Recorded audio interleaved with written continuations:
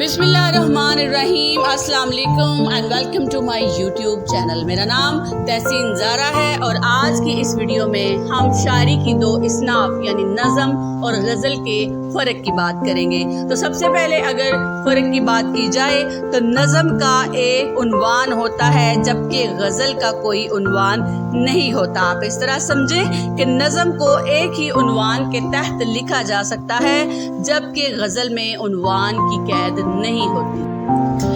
Number 2, नज़म के मानी है तरतीब देना या लड़ी में परोना, जबकि गज़ल के मानी है औरतों से बातें करना या खौफज़दा हिरन के मुंह से निकली हुई आवाज़ को भी गज़ल कहते हैं।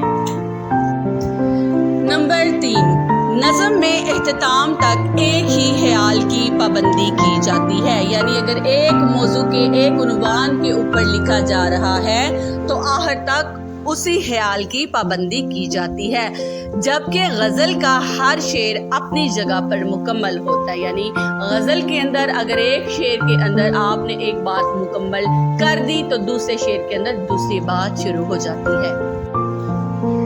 नंबर 4, नज़म में बहुत से रदीफ और काफिया इस्तेमाल किए जाते हैं, जबकि गज़ल में एक ही काफिया रदीफ का इस्तेमाल होता है।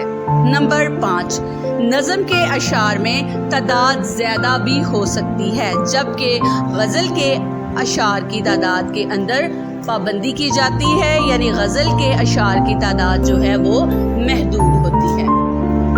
मज़ीद इस तरह की वीडियोस के लिए मेरे चैनल को सब्सक्राइब करें। अल्लाह हाफ़िज़।